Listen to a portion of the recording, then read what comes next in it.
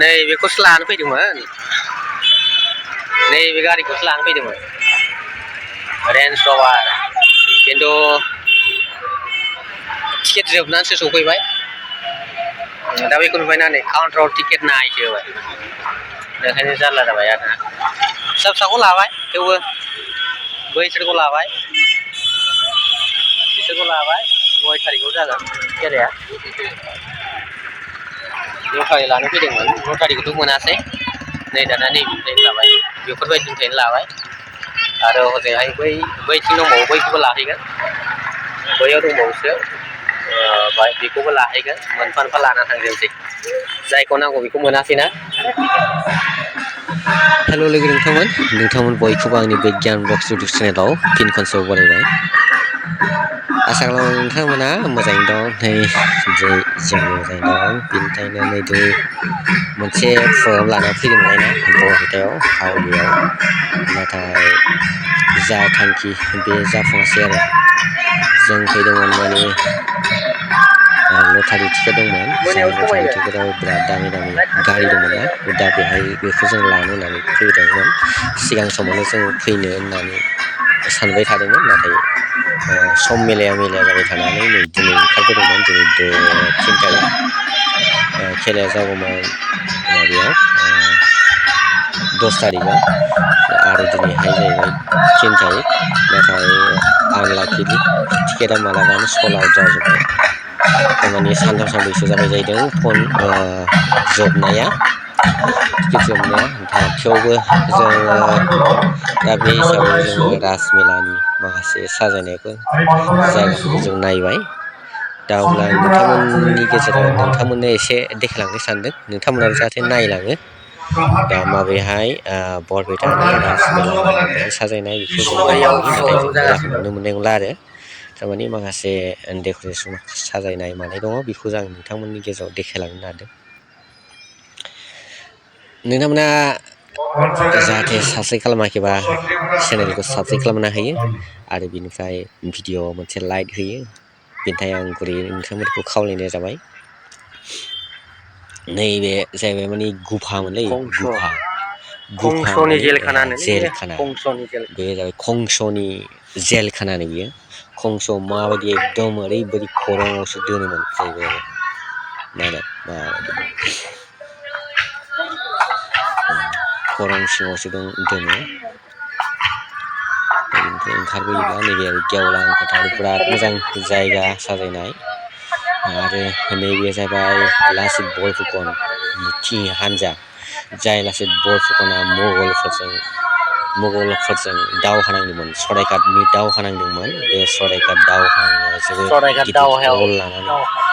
दावहा नांनो गोनां जादोंमोन लासित बरफुकना जायनि थाखाय गोबां टेकनिक गोबां फर्मुला बाहायनो गोनां जादोंमोन गावनि देहाखौ लोमजानाय साजानायखौ नागारनानैबाबो बियो हादोरखौ रैखा खालामदों सराइघाट दावहायाव नैबे अखाफोर आरो दाखालिसो जानानै थांनाय इण्डियानि मोनसे ग्रेट साक्सेस दंमोन बेनो जाहैबाय मुन अखाफोराव मोनसे सेटेलाइट दैथायहरनाय दा बियो चन्द्रायान 3 होननानै जायखौ मिथिनाय जादों दा बियो मोजाङै मोजां जाफुंसारदों आरो बिनिफ्राय लेन्ड खालामहैनो हादों सफ्ट लेन्ड खालामहैनो हादों दा बेखौबो नैबे राजमेलानि गेजेरजों दिन्थिदों बेयो जोबोद समायना जादों आरो मोजांबो जादों नैबे जाहैबाय दानि जुगनि सेंग्रा सिख्लाना मबाइल जुग दा बे हिसाबै सेल्फि फ्लेसमोन बियो आरो ओरैहाय जाहैबाय नैबेयो मोनसे जोबोद गेदेर माबा बियो जायनाखि जाय रामायणाव मा जाथाय जालांदोंमोन बेफोरखौ नैबे सावगारिनि गेजेरजों सावगारिथ' नङा बियो माखासे डेक'रेसन खालामदों माखासे स्टेचु होनायनि गेजेरजों बिसोर एक्सप्लेन खालामलांनो नाजादों दा बेनो जाहैबाय रामायणनि सल'मा जायनाखि राममोन जिरायनानै दं सीता आरो राममोन जिरायनानै दं बेनिफ्राय माखासे बिनि बिदा फंबायफोराबो बे दं दा बिदिनो जोबोद मोजां साजायदों आरो जोंथ' आरो सानावसो फैनाय जाबायना सानाव फैनाय जायामोनबाथ' मोनायावबा बिराद समायना नुगौमोन लाइटजों माजों जोबोद समायना नुगौमोन। मोगथाङाव सिनायनाय नङामोन, मोगथां बायदि नुनो मोनगौमोन आरोना। कुरुक्षेत्र दावहायाव जेब्ला नायलांदो अर्जुननि थिरजों नांजानानै जिउ बावनो गोनां जादोंमोन, अब्ला बेनो मोजाङानो जादोंमोन।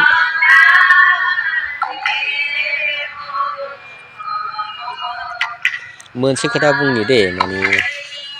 जों जाय लटारिखौ लानो फैदोंमोन ना, जाय रेन्ज रभार गोनां, बे रेन्ज रभार गोनां गारि जायनाखि नोगोद बेसेबांबा 1C खाथि थांनो नागिरो, बे 1C खाथियाव थांनाय गारि दंमोन। दा बेखौ जों नायनानैल' फैनो मोननाय जाबाय, मानोना टिकेटफोरखौ मोननाय जायासै। थेवबो बिनि आसे फासे गोबां लटारिफोर दङ, गारि दं, गारिनि मानि गोबां दङ। दा जोंबो बेखौ माखासे कालेक्सन खालामनानै लाना फैबाय आरो नायनि। थेवबो नैबे जाहैबाय माबामोनलै कृष्ण लिला, नैबे जाहैबाय कृष्ण लिला। जाय कृष्ण लिला, कृष्णआ गावनि 1600 गपिनिफोरखौ लानानै मा मा खालामोमोन, माबायदि खारबोदोंमोन, दा बेखौनो नैबे कृष्ण लिला हिसाबै दिन्थिनाय जादों। कृष्णनि गासिबो बेफोर बियो। साजायनायाथ' जोबोद मोजाङैनो जादोंमोनबो, साजायनायालाय। ओमफ्राय मोनायावबा साबसिन नुगौमोन आरो लाइटजों जाबजों।